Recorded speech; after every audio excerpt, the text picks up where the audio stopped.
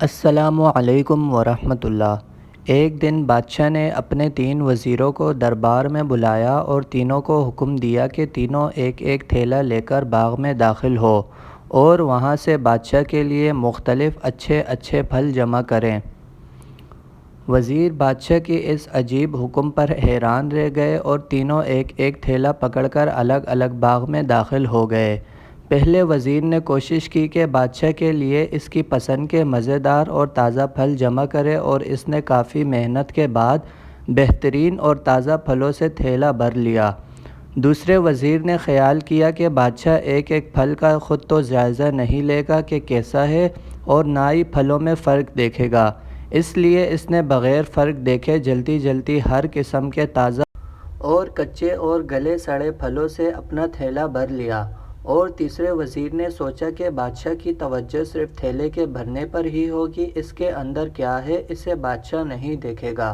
یہی سوچ کر وزیر نے تھیلے میں گھاس پھوس اور پتے بھر لیے اور محنت سے بچ گیا اور وقت بچا لیا۔ دوسرے دن بادشاہ نے 3 وزیروں کو اپنے تھیلوں سمیت دربار میں حاضر ہونے کا حکم دیا۔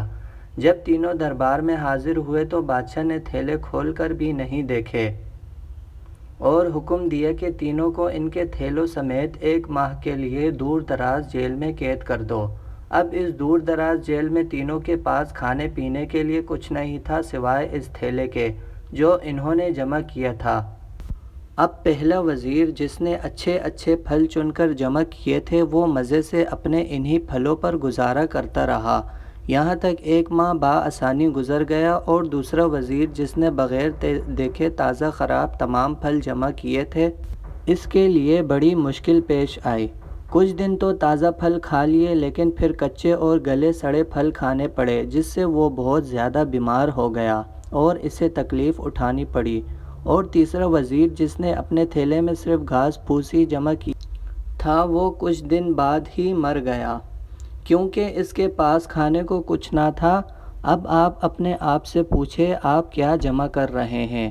آپ اس وقت اس باغ میں ہیں جہاں سے آپ چاہیں تو نیک اعمال اپنے لیے جمع کریں یا تو خراب اعمال اپنے لیے جمع کریں، مگر یاد رہے جب اللہ کا حکم صادر ہوگا تو آپ کو اپنی جیل قبر میں ڈال دیا جائے گا۔